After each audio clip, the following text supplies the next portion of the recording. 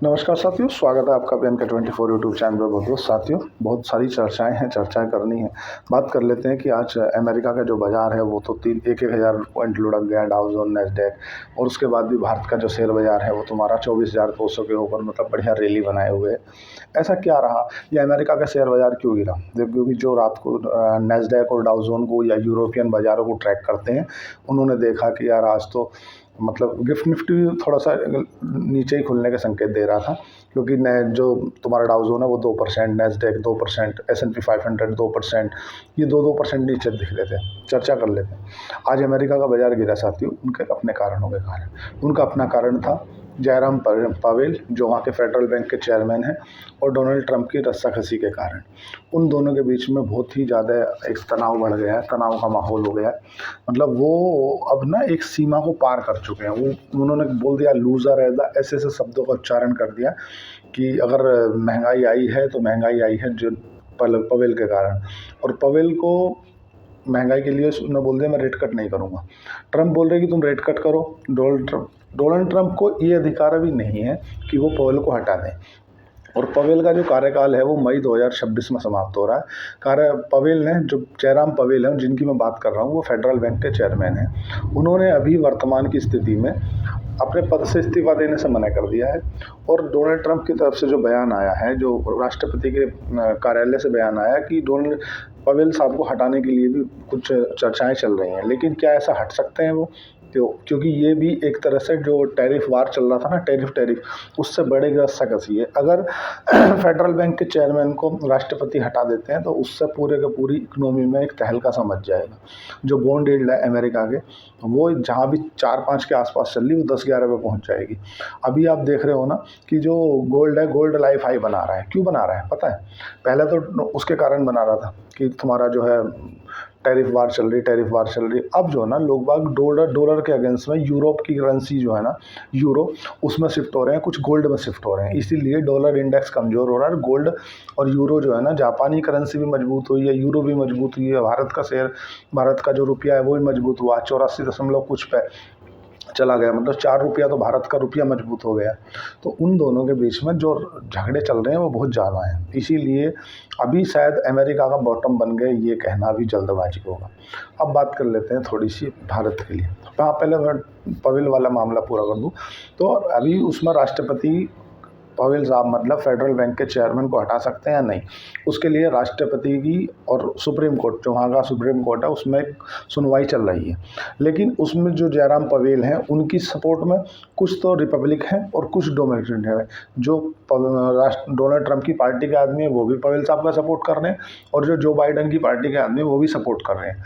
तो अभी ये समझ में आ नहीं रहा है कि हो सकता है कि नहीं भी हो सकता, क्योंकि अगर वो हटा देते हैं तो बहुत ज़्यादा तनाव बढ़ जाएगा देश और देश हैं। क्योंकि जब बड़ा जहाज़ डूबता है ना, तो उन देशों को लेकर डूबता है।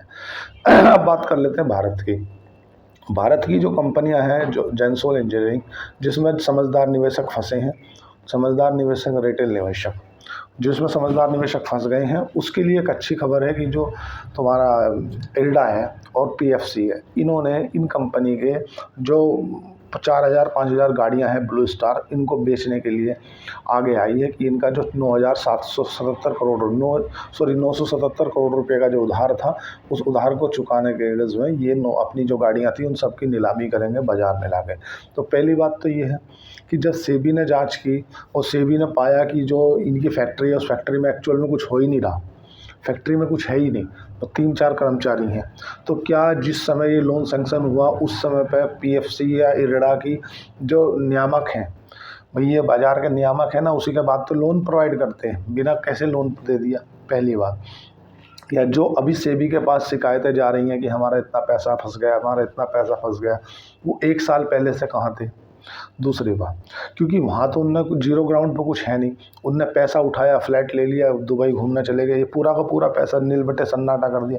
अब जो वो पैसा जिन लोगों का लगा है उनका क्या होगा? तो ये इन सब चीज़ों को बहुत ही ट्रैकली करना पड़ेगा। अब देखते हैं जैसे भी होगा।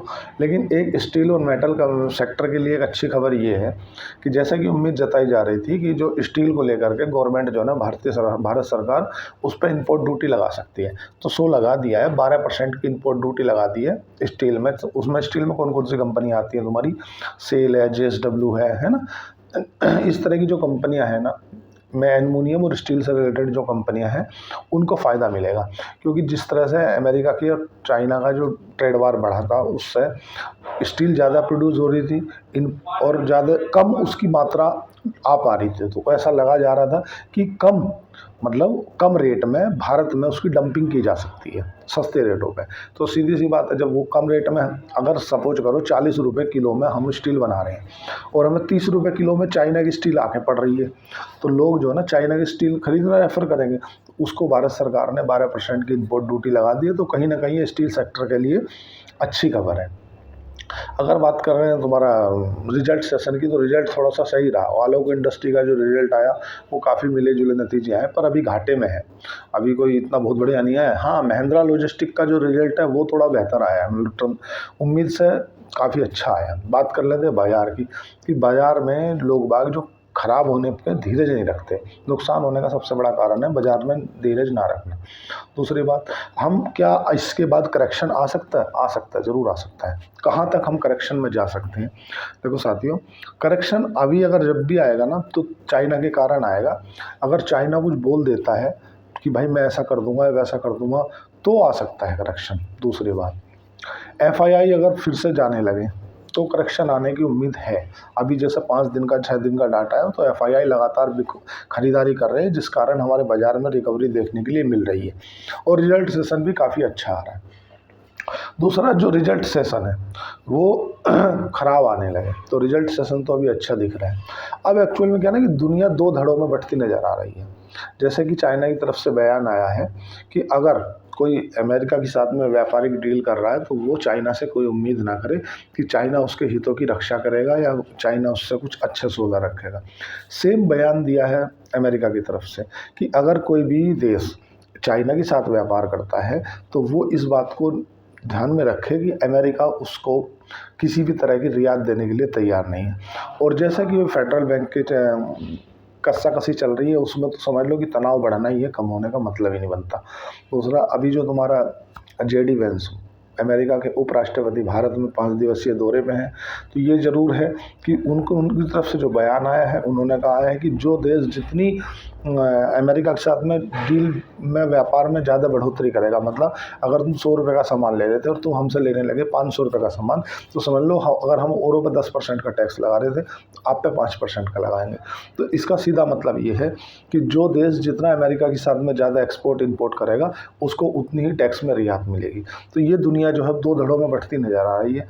ऐसा लग रहा है कि या तो किसी न किसी धड़े को चुनना पड़ेगा, या तो आपको चाइना की तरफ रहना पड़ेगा, या तो आपको अमेरिका की तरफ रहना पड़ेगा। लेकिन इसके साथ में एक चीज़ हो रहा है कि अमेरिका के अंदर बढ़ते रोज़ की रोज़ जो रैलियाँ हैं, जो प्रोटेस्ट हैं, वो ज़्यादा बढ़ रहे हैं। तो इसलिए अमेरिका बहुत जल्दी ही करेगा कि वो किसी न किसी देश के साथ में बड़ी डील कर ले। क्यों? अगर अमेरिका किसी देश के साथ में बड़ी डील कर लेता है तो कहीं ना कहीं उनके अंदर, देश के अंदर जो प्रोटेस्ट हो रहे हैं ना, क्योंकि इसका जो कोई भी आप डिसीजन लेते हैं ना बड़े लेवल पर, देश लेवल पर, तो डायरेक्ट इम्पैक्ट नहीं होता। जैसे RBI के रेपो रेट में बदलाव हुआ, तो अब जिस दिन RBI के रेपो रेट में बदलाव हुआ उस दिन कुछ नहीं बदला, ठीक है। और 1-1.5 महीने में धीरे धीरे लोगों की जो क्या बोलते हैं उसको, क्रेडिट लिमिट है, अगर आप क्रेडिट कार्ड चलाते हैं, आपकी 50,000 की लिमिट है, तो उसे धीरे से बढ़ा कर 70,000 कर दिया गया। मतलब लोगों की जो क्रेडिट लिमिट है उसको इंक्रीज़ कर दिया गया। आप लोन लेने जा रहे हो तो जो लोन में जो दिया जाने वाला ब्याज दर थी वो कम कर दी गई। तो ये धीरे धीरे इम्प्लीमेंट होती हैं।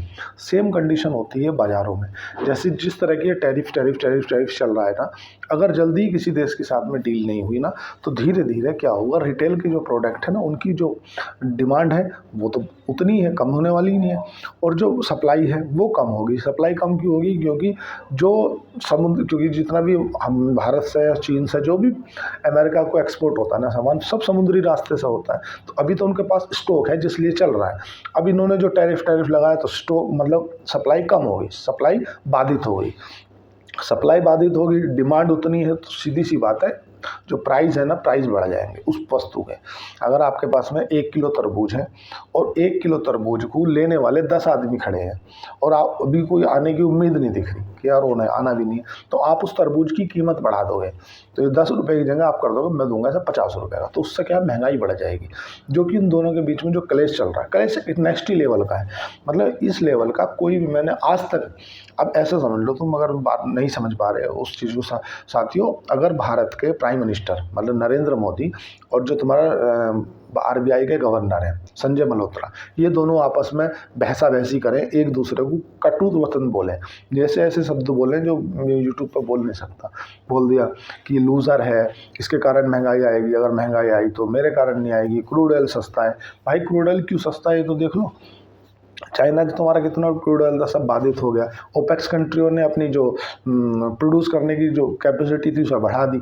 आप किसी भी चीज़ को एक तरह से नज़रिए से नहीं देख सकते कि नहीं नहीं नहीं नहीं नहीं ये तो सब ठीक है ना। अगर बात करें कि हमारा शेयर बाजार कहाँ जाकर मजबूत रहेगा, कहाँ कमज़ोर रहेगा, अगर तुम्हारा कमजोरी की ओर बात करें तो अगर 23,800 नीचे की ओर ब्रेक करता है ना तो ठीक वीकनेस आ जाएगी। अगर 24,200 के ऊपर बना हुआ है तो अच्छी मजबूती बनी हुई है, घबराने वाली बात है नहीं। जब भी बाजार गिरेगा तो 3 कारणों से गिरेगा। तुम्हारा चीन की तरफ से आया जाने वाला बयान, तुम्हारा FII का डाटा और रिजल्ट सेशन का ख़राब होना। अगर ये तीनों चीज़ हमारे लिए अच्छी है तो भारत के जो शेयर बाजार है वो पॉजिटिव है। अमेरिका के अंदर जो उथल पुथल मची है उनका बॉटम नहीं बना है, हमारा 21,000 का बॉटम बन चुका है, ऐसा हम कह सकते हैं। क्योंकि अब कोई बेहद ही ख़राब खबर आए तो भले ही हम 21,800 का जो साइकोलॉजिकल लेवल है उसे नीचे की ओर ब्रेक करें, लेकिन जिस समय पर बाजार 21,800 के आसपास था, मैं अपने यूट्यूब चैनल से भी बोला कि धैर्य बना के रखें, बेचें नहीं, पैनिक ना करें, पैनिक में माल ना बेचें। पर चूँकि वो सिचुएशन ऐसी है जो इस मार्केट में लंबे समय से है, उसको मालूम है कि यार ये ऊपर नीचे सब चलता रहता है, और वो समय रियल में खरीदने का समय होता है। जब भी पैनिक होए, जब भी माल बेचे, आपको धंधा पता है ना, आपको बिजनेस मॉडल समझ में आता है ना, आपको बैलेंस शीट पढ़नी आती है ना, आप अपने जो फाइनेंस से रिलेटेड जो आपके वित्तीय सलाहकार हैं, आप जो भी कुछ खरीदें शेयर बाजार में, देखो शेयर बाजार क्या है कि जैसे बोलते हैं शेयर बाजार जोखिमों का अधीन है, कृपया सोच समझ के निवेश करें। तो शेयर बाजार दो धारी तलवार है, आगे भी चलती है पीछे भी चलती है। जैसे जिनकी पीछे चली है उनके जनसोल में फंस गए पैसे और निकलने की कोई उम्मीद नहीं है, क्योंकि उन्होंने जीरो ग्राउंड पर कुछ नहीं देखा। जिनके आगे को चल जाती है उनके वारे के न्यारे हो जाते हैं। जैसे मैं किसी कंपनी को बेचने या खरीदने की रिकमेंडेशन नहीं दे रहा। मान लो 95 रुपये के आसपास सोम डिस्लरी चल रही थी, मैंने खूब अपने जो मिलने वाले हैं मैंने उनको रिकमेंडेशन नहीं किया। मैं यूट्यूब पे ये बात बोल रहा हूँ क्या कि कल कॉपीराइट वाला इशू ना आ जाए, कोई ना बोल दे कि आप किसी को उत्साहित कर रहे हैं। मैंने बोला कि बहुत अच्छी कंपनी है, आप इसे देख सकते हो लंबे समय के लिए एज द इन्वेस्टमेंट पर्पज़ से। नहीं लिया क्योंकि उन्हें लग रहा था सोम कंपनी तो 98 पे 95 चली गई, ख़त्म हो गया, अब कुछ बचा नहीं। अब मैं बोल रहा था भाई आप बिज़नेस मॉडल पर कॉन्सेंट्रेट करो, आप उस पर मत करो प्राइस कहाँ जा रहा है, क्योंकि अच्छी अच्छी कंपनियाँ होती हैं ना वो टॉप से 40% करेक्ट हो जाती हैं। उदाहरण मैं 1-2 कंपनियों का और दे सकता हूँ। कंपनी का यथार्थ हॉस्पिटल का जो धंधा है ना वो 4 साल में 10 गुना हुआ, प्रॉफिट 30 गुना हुआ है, EPS 20 गुना हुआ है, नेट इंटरेस्ट मार्जिन बढ़िया बने हुए हैं। अब आप समझो कि इतना कुछ बढ़ने के बाद भी जो कंपनी का स्टॉक है ना वो 700 रुपये से 350 आ गया, मतलब 50% करेक्ट हो गया। तो ऐसा नहीं है कि कंपनियां गिरती नहीं है, गिरती हैं, लेकिन गिरने के बाद रिकवर वही करती हैं जिनका बिजनेस मॉडल अच्छा होता है। आप बिजनेस मॉडल को समझो कि आप जो भी पैसा लगा रहे हो ना, ऐसे समझो कि आप उस धंधे पे पैसा लगा रहे हो, जिस धंधे को आप करना चाहते थे उस धंधे में आप पैसा लगा रहे हो। आप मिस्टेक कहाँ मार जाते हो कि यार सोचते हो शेयर पे पैसा लगा रहे हो, शेयर 5 रुपये ऊपर चला गया बेच दो, 3 रुपये नीचे आ गया खरीदना। वो शॉर्ट टाइम में, लंबे समय में जब भी किसी की वेल्थ बनी है ना तो वो इन्वेस्टमेंट से बनी है, ना कि ये कर दिया वो कर दिया। और कॉल पुट का तो अगर आप कॉल पुट के पर्पज़ से वीडियो देखते हैं तो साथियों कॉल पुट FNO नहीं, बिल्कुल नहीं करना, क्योंकि 5% लोग ही इस मार्केट में कॉल पुट और FNO के जरिए पैसा कमाते हैं वो, लेकिन वो नियम नहीं होता। नियम वो होता है जो सब पे लागू होता है, और 5% का कोई नियम नहीं होता।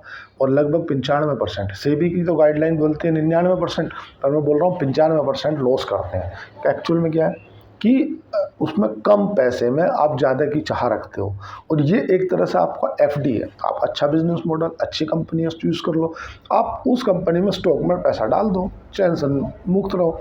कम से कम आपकी कंपनी अच्छी रहेगी। तो कॉल पुट में क्या है कि अगर आपकी निफ्टी वहीं रही, ना ऊपर गई ना नीचे गई, तो आपका जो है ना थीटा डी के, आपको जब तक थीटा डी के मालूम नहीं है वो प्रीमियम खाती रहेगी आपका।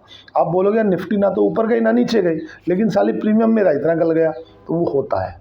धीरे धीरे मैं बता दूंगा। लेकिन अभी जो है भारत के शेयर बाजार अपनी रैली में मस्त है। एक समय था वो भी अमेरिका गिर रहे थे, हम उससे ज़्यादा गिरते थे। वो एक बार रोते थे, हम 4 बार रोते थे। अब वो समय है, वो अभी भी रो रहे हैं और हम बोल रहे हटा यार, आदम बाजी सटक ली, चलो रैली ले लें।